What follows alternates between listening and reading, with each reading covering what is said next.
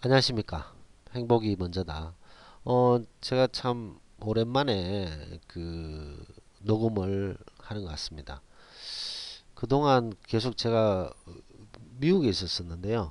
미국에 있다가 제가 이제 귀국을 하고 녹음하는 첫 번째 녹음인 것 같습니다.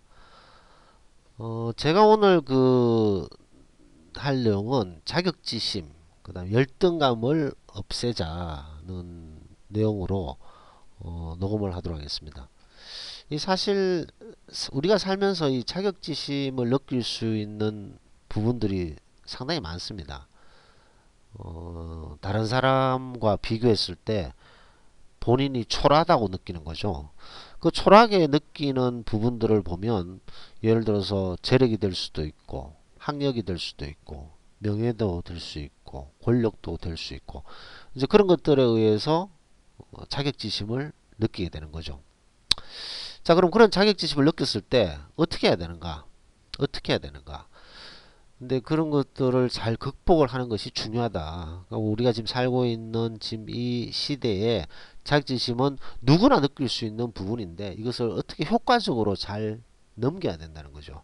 근데 이걸 잘 넘기지 못하게 되면 이 자격지심은 사회적으로 어떤 부정적인 생각이 생기게 되고 우울증까지도 갈 수 있는 그런 부분이 됩니다. 그래서 오늘은 자격지심 및 열등감을 없애는 부분에 대해서 얘기를 하도록 하겠습니다.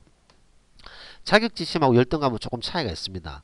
열등감 같은 경우에는 자기를 남보다 못하거나 무가치한 인간으로 낮추어 평가하는 감정이죠. 그 다음에 자격지심 같은 경우에는 자기가 한 일에 대해서 스스로 미흡하다고 생각하는 마음입니다. 이 열등감 반대말이 이제 자신감이죠. 자신감, 열등감 이건 사실 종이 안 되는 차이입니다만 남을 보고 아 나는 저 사람보다 더 잘한다 자신감이죠. 아 저 사람보다 내가 못하다 열등감이죠. 그래서 이 열등감, 자신감 이런 것들은 다 그 남들하고 비교했을 때 자기 자신을 낮추는 자기 자신을 낮추어 평가하는 그런 감정입니다. 근데 자격지심은 스스로 그냥 미흡하다고 여기는 거예요. 그래서 이 자격지심을 가지게 되면 문제가 점점 커지게 되고 다른 사람들 어떤 그런 것들을 보면서 비교를 하지 않더라도 다른 사람들의 어떤 그런 어떤 재력, 권력, 명예 이런 것들 학벌을 보면서 스스로 본인이 그냥 미흡하다라는 마음을 가지게 되는 것이 자격지심입니다. 그러니까 우리가 주변에 보면 우리가 살면서 자격지심을 가질 수 있는 것 중에 가장 큰 것이 바로 이 자존감이 떨어지는 요인들인 거죠. 우리가 주변의 사람들을 보면서 자존감이 떨어지는 그런 요인들이 우리 주변에는 너무나도 많다는 거죠. 그런 요인들에 의해서 자존감이 떨어지면 어떻게 되느냐? 본인이 아주 초라하게 느껴지게 됩니다. 본인이 아주 초라하게 느껴지게 되고 남들이 부럽죠. 남들이 부럽고 그 속에서 정말 초라한 자신을 발견하게 되는 거죠. 나는 왜 이렇지? 나는 왜 이렇게 돈이 없지? 나는 왜 이렇게 권력이 없고 명예도 없고 학벌도 떨어지지? 나는 잘 안 되나 봐. 뭐 이런 식의 자격지심들이 생기게 되고 그것이 우울증으로도 발전하게 됩니다. 그래서 요즘 최근에 보면 뭐 어떤 그 연예인들이라든가 SNS에 올라오는 친구들, 지인들의 어떤 사진들을 보면서 뭐 외국 여행 갔다 오고 막 해피하게 사는 모습을 보면서 자기 자신은 왜 이렇게 초라하지라고 이제 느끼게 되는 거죠.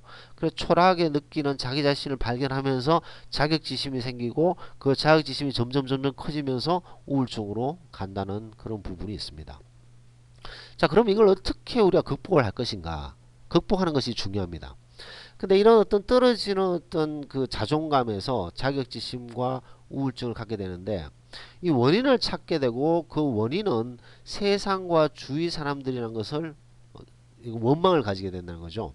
자격지심을 가지게 되면서 그 원인을 사람들이 자격지심을 가졌고 자격지심이 우울증으로 막 커지고 이런 사람들은 자기가 왜 이렇게 자격지심을 가졌는지에 대해서 생각하게 되고 그 원인을 막 찾게 될 때 그 원인이 본인이 아니고 세상과 주위 사람들 때문이라고 원망을 가지게 됩니다. 예를 들어서 재력이 없는 사람이 있다. 그럼 이 원인을 남편 때문이다. 아내 때문이다. 이런 식으로 본인이 아니고 주위 사람들에게 그 원망을 하게 됩니다. 그리고 세상이 잘못됐기 때문에 세상의 정치가 잘못됐기 때문에 가진 사람이 더 횡포를 부리기 때문에 뭐 뭐 이런 식으로 세상과 주위 사람들에게 원망을 하게 되기 때문에 세상과 점점 고립되게 되고 우울증도 점점 커지게 되는 그런 악순환이 계속 연출되는 거죠. 다른 사람들 보면 다 잘 사는 것 같고 자기 자신은 초라하고 초라한 자기 자신을 발견하고 자격지심이 생기고 그것이 우울증으로 가고 그럼 이렇게 자격지심이 생기고 우울증이 생기는 원인을 찾아보니까 세상과 주위 사람들이다. 그래서 원망을 가지게 되고 부정적인 시각을 계속해서 가지게 됩니다. 그러면서 이제 본인을 사랑하지 못하게 된 것은 타인을 부정적으로 바라보는 자격지심의 이 늪과 같은 거죠. 이 늪에 빠져버립니다. 이 늪에 빠져버리면 헤어나기가 쉽지 않습니다. 왜냐? 잘못된 것은 타인, 주변의 사람, 세상이기 때문에 본인 자신은 사랑하지도 않으면서 남들, 타인, 세상이 잘못됐기 때문에 이런 문제가 생겼다라고 생각하기 때문에 그 자격지심의 늪에 빠져버리면 헤어나기가 쉽지 않다는 거죠. 그래서 이 자격지심을 어떻게 우리가 효과적으로 조절하면서 극복하느냐가 상당히 중요합니다. 이 자격지심은 누구에게나 있습니다. 누구에게나. 이 자격지심은 누구에게나 있다는 것을 인정을 해야 됩니다. 누구에게나 있고 본인 스스로 자격지심이 있음을 인정하고 적절하게 조절해야 된다는 거죠. 분석하고 그것을 합리적으로 판단하고 그리고 그것을 극복을 해야 됩니다. 자, 그래서 그 7가지 스텝을 제가 간략하게 말씀드리도록 하겠습니다. 첫 번째, 우리가 살다 보면 주변의 사람들이라든가 뭐 가까운 친구, 동료, 선후배를 만났을 때 자격지심이 이렇게 발동될 때가 있습니다. 자격지심이 딱 발동됐을 때 첫 번째, 내가 지금 자격지심이 느껴진다 라고 했을 때 첫 번째 스텝은 본인이 지금 자격지심이 발동한다는 것을 느끼고 그것을 인정해야 된다는 거죠. 아, 내가 지금 자격지심이 발동했구나. 내가 지금 이 사람하고 얘기하면서 내가 지금 자격지심이 발동했구나. 그리고 내가 지금 느꼈다는 것, 자격지심을 느꼈다는 것을 인정을 해야 됩니다. 받아들이는 거죠. 내가 지금 자격지심이 발동됐다. 그리고 이 자격지심은 모든 사람들이 가질 수 있는 것이고 아무리 돈이 많은 사람, 아무리 학벌이 좋은 사람, 권력이 있고 명예가 있는 사람들도 다 자격지심이 있습니다. 그래서 자격지심이 생겼다는 그 자체가 뭐 잘못된 건 아닙니다. 왜냐하면 모든 사람들이 가지고 있기 때문에 그런 자격지심이 발동했을 때 내가 지금 자격지심이 발동했고 그것을 첫 번째 인정해야 된다는 것. 인정하고 나서는 두 번째 자격지심을 느끼게 하는 정확한 원인을 찾아야 됩니다. 원인이 무엇인가? 왜냐하면 이 자격지심을 많이 느끼면서 우울증으로 계속 문제가 되는 사람들의 어떤 그 패턴을 보면 그 원인을 정확하게 찾지 않은 상태에서 그 자격지심을 점점 키우는 부분이 있습니다. 자격지심을 느끼게 하는 정확한 원인을 찾아야 되는 거죠. 어떤 A라는 사람의 재력이 많아서 자격지심을 느꼈는지 아니면 친구의 자녀가 공부를 잘해서 그런 건지 아니면 친구의 남편이 벌이가 많아서 그런 건지 그 자격지심을 느끼게 하는 정확한 원인을 찾아야 되고 그 원인이 타당하고 이성적인 건지 자문해야 됩니다. 왜 이 얘기를 하냐면 첫 번째 어떤 자격지심이 발동됐어요. 딱 트리거가 됐습니다. 그럼 자격지심이 딱 느끼는 순간 그 원인은 잊어버리고 다른 것들이 막 군더더기처럼 막 붙는 거예요. 붙으면서 정말 자기 자신을 초라하게 만들어 버린 거죠. 본인 스스로. 처음에 그 자격지심을 딱 느끼게 하는 그 원인은 있는데 그 원인을 찾아서 그 원인이 타당하고 이성적인 것인지 자문을 하면서 해결해야 되는데 그 해결하지 않은 상태에서 어떤 원인이 자격지심을 딱 느끼게 했습니다. 그러면 그 원인은 어느 순간 오도 간데 없고 다른 것들이 군더더기처럼 막 붙어서 정말 자기 자신의 형편없고 초라하게 스스로 만들어 버리는 거죠. 자, 이 스스로 이렇게 만들어 버리기 전에 자격지심이 딱 발동됐을 때 자격지심을 딱 느꼈을 때 그 느끼게 한 원인이 무엇인가를 찾아야 됩니다. 원인을 찾고 나서 그 원인이 타당하고 이성적인 건지 스스로 한번 물어보는 거죠. 친구를 만났는데 친구가 엄청나게 부유하게 살고 있다. 근데 그 부유하게 살고 있고 재력이 많은 것을 느끼면서 내가 자격지심을 좀 느꼈다. 그때 그 원인 저 사람이 부자라는 그 자체잖아요. 저 사람이 부자라는 그 자체가 자격지심을 만들게 했고, 그 다음에 자기 자신이 자격지심을 느꼈다는 것을 인정하는 거잖아요. 자, 그러면 그 원인이 타당하고 이성적인가? 저 사람이 부자라는 게 도대체 뭔 큰 차이가 있겠습니까? 그 사람이, 내가 알고 있는 지인이 부자면 내 어떤 삶이 피폐화되나요? 저 사람의 학벌이 높고 저 사람의 자녀가 공부를 잘했을 때 나한테 피해가 오나요? 아니죠. 피해가 오지 않음에도 불구하고 시기질투죠. 시기질투. 시기질투. 친구가 갑자기 로또가 당첨이 됐어. 그러면 시기질투. 시기질투. 그 다음에 친구의 남편이 엄청나게 돈을 잘 벌어와. 자, 친구의 남편이 돈을 많이 벌든 적게 벌든 본인의 생활에 영향이 있습니까? 친구가 남편이 돈을 많이 번다고 돈을 뺏어갑니까? 돈을 줍니까? 그런 거 없잖아요. 본인의 삶에 영향을 주지 않습니다. 근데 스스로 그 원인을 찾아서 시기질투의 마음이 생기면서 비교를 느끼게 되고 자격지심이 된다는 거죠.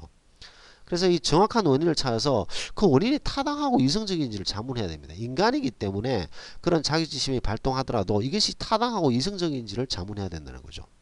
근데 대부분의 경우는 본인이 만든 상상의 것과 비교하는 것이 많습니다. 왜 그러냐면 저 사람이 겉으로 봤을 때 아주 좋은 아파트에 살고 있다. 나보다 훨씬 더 좋은 아파트에 살고 있다.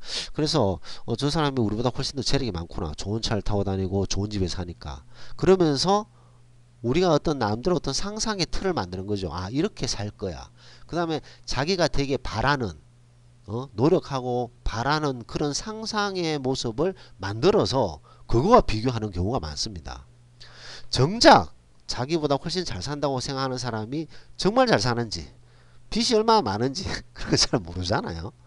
모르는데 그 어떤 외부의 모습을 보고 상상의 어떤 자기 자신의 어떤 상상의 모습을 만들어서 그 상상하는 것과 비교하는 경우가 상당히 많습니다. 예를 들어서 학벌에 자격지심이 있는 사람이 있다. 이 사람이 예를 들어서 지방대를 나왔어요. 지방대를 나왔는데 예를 들어 스카이 대학교에 다니는 사람을 봤을 때 그 사람을 보면 갑자기 자격지심을 느끼고 막 되게 비참해지고 스스로 초라하다고 느끼는 거죠. 자, 근데 그 사람이 서울대를 나와도 이 사람이 정말 자기 자신의 어떤 자기 자신은 이 사람은 자격지심이 전혀 없을 것이고 해피하고 취업도 잘 되고 뭐 승진도 잘할 것이라고 상상하는 거잖아요. 상상하는 거. 정말 그런지는 모르잖아요. 대부분이 보면 자격지심을 발동시켰던 그것은 상상을 하게 됩니다. 저 사람은 저러니까 되게 좋을 거야. 저 사람은 저런 식으로 재력이 있기 때문에 되게 좋을 거야. 나보다 훨씬 더 행복한 삶을 살 거야. 라고 상상의 모습을 만드는 거죠. 그 내부는 모르는데 그 내부 깊숙이 들어갔을 때는 말도 못하는 어려움이 있는 사람들이 많습니다. 뭐 아까도 좀 전에도 말씀드렸지만 뭐 서울대를 나왔다. 뭐 서울대 나오면 다 해피하게 삽니까? 아닙니다. 겉으로 보이는 것이 다가 아니라는 것을 인식해야 된다는 거죠. 재력이 많다. 그 다음에 뭐 어떤 반포 쪽에 뭐 2, 30억 되는 아파트에 살고 있다. 그 사람의 내면, 그 사람의 어떤 그 가족에 무슨 어려움이 있는지, 무슨 어떤 부분이 골마서 터지려고 하는 건지 전혀 모르잖아요. 그냥 상상에 저기 사니까 저럴 거야. 저 집에 자녀가 공부를 잘했기 때문에 저 집은 저렇게 행복할 거야. 근데 그 속에 얼마나 많은 문제가 있고 말도 못하는 그런 상처가 있는 사람들이 주변에 참 많습니다. 그래서 다섯 번째가 상당히 중요한데 보이는 것이 다가 아니다라는 것을 꼭 인식을 해야 됩니다. 내가 어떤 사람을 봤을 때 어떤 사람의 어떤 상황을 봤을 때 그것을 보면서 내가 지금 자격지심이 발동이 됐다. 그러면 그 사람의 모습이 겉으로 보이는 것이 다가 아니다라는 거죠. 대부분의 경우는 스스로 상상해서 만든 것과 비교해서 자격지심을 느낄 때가 많습니다. 그래서 보이는 것이 다가 아니다라는 것을 인식을 해야 됩니다. 겉으로 보이는 저 사람의 직업, 학벌, 뭐 겉으로 사는 집, 차, 자녀들이 어느 대학 들어갔다는 거 뭐 이런 것들인 거잖아요. 근데 그 내면 깊숙이 그 사람들이 어떤 어려움이 있고 어떤 고통이 있고 그런 거는 전혀 모르잖아요. 그냥 상상 속에 아 되게 행복할 것이다 저 사람은. 그런데 나는 왜 초라하지? 라고 생각하는 부분이 거의 대부분입니다. 거의 대부분. 자, 그럼 곰곰이 한번 생각해 보십시오. 아, 내가 생각했을 때 정말 행복하다고 생각하는 사람, 주변의 사람 한 명을 딱 집어보세요. 아, 저 사람은 정말 행복한 것 같아. 좋은 직장에, 좋은 가정에, 자녀들도 좋고, 재력도 되게 많은 것 같아. 그 사람에 대해서 얼만큼 알고 계시는지 생각해 볼 필요가 있습니다. 근데 그 사람을 깊숙이 들여다보면 그 안에 다 아픔이 있고, 고통이 있고, 슬픔이 다 있습니다. 세상은 어떤 면에서 되게 좀 공평합니다. 세상은 좀 공평한 부분이 있습니다. 아무리 재력이 많아도 큰 어려움이 있고 아무리 명예가 많아도 그 명예가 나중에 문제가 될 수도 있고 권력도 마찬가지고 그 다음에 뭐 자식도 공부 잘해서 뭐 부러울 것 같죠? 예를 들어서 뭐 공부 잘했는데 나중에 뭐 결혼해서 한 번도 안 찾아오는 그런 자식들도 많다고 합니다. 공부를 꼭 잘한다고 하는 것이 좋은 게 아니라는 거죠. 그래서 항상 보이는 것이 다가 아니다라는 것을 빨리 인식을 해야 됩니다. 그 다음 여섯 번째, 이제 자기 자신을 돌아봐야 된다는 거죠. 문제가 남이고 세상이 아니고 본인 스스로 문제입니다. 자격지심이 발동하는 것은 본인 스스로 자격지심을 만들었는 거죠. 그렇기 때문에 자기 자신을 위로하고 자기 자신을 안아줘야 됩니다. 아, 지금까지 열심히 살았다. 정말 최선을 다해 살았다. 그리고 물론 뭐 좀 더 잘했으면 좋겠다. 그런 마음을 갖지 말고 자기 자신을 위로하고 그래 최선을 다해서 살았다. 그리고 마지막으로 긍정적인 마음으로 다시 시작한다. 뭐 이런 편안한 마음을 가져야 됩니다. 긍정적인 마음. 아 그래도 우리는 다 이렇게 건강하잖아. 아 우린 그래도 이 정도는 했잖아. 어? 아 나는 지금까지 최선을 다했고 앞으로도 더 잘할 수 있어. 그래서 이 긍정적인 마음을 가지게 되면 조금씩 자존감이 올라가게 되고 자격지심을 느끼는 순간들이 점점 줄게 됩니다. 자, 결론적으로 말씀드려서 자격지심을 느끼는 것의 가장 큰 것은 어떤 다른 사람이 아 이렇게 살 거야 이런 모습으로 행복할 거야 라고 상상의 모습을 만들어서 본인을 더 초라하게 한다는 사실을 꼭 명심하셔야 됩니다. 대부분이 그렇습니다. 어떤 하나의 사실을 보고 저 사람은 저렇게 행복하게 살 거야 저렇게 정말 멋지게 살고 있어 그래서 난 더 초라해. 그건 상상의 모습이라는 거죠. 정작 그 사람의 내면은 보이는 것이 다가 아니다. 그 속에는 여러분들이 상상도 초월하는 그런 아픔도 있고 괴로움도 분명히 있습니다.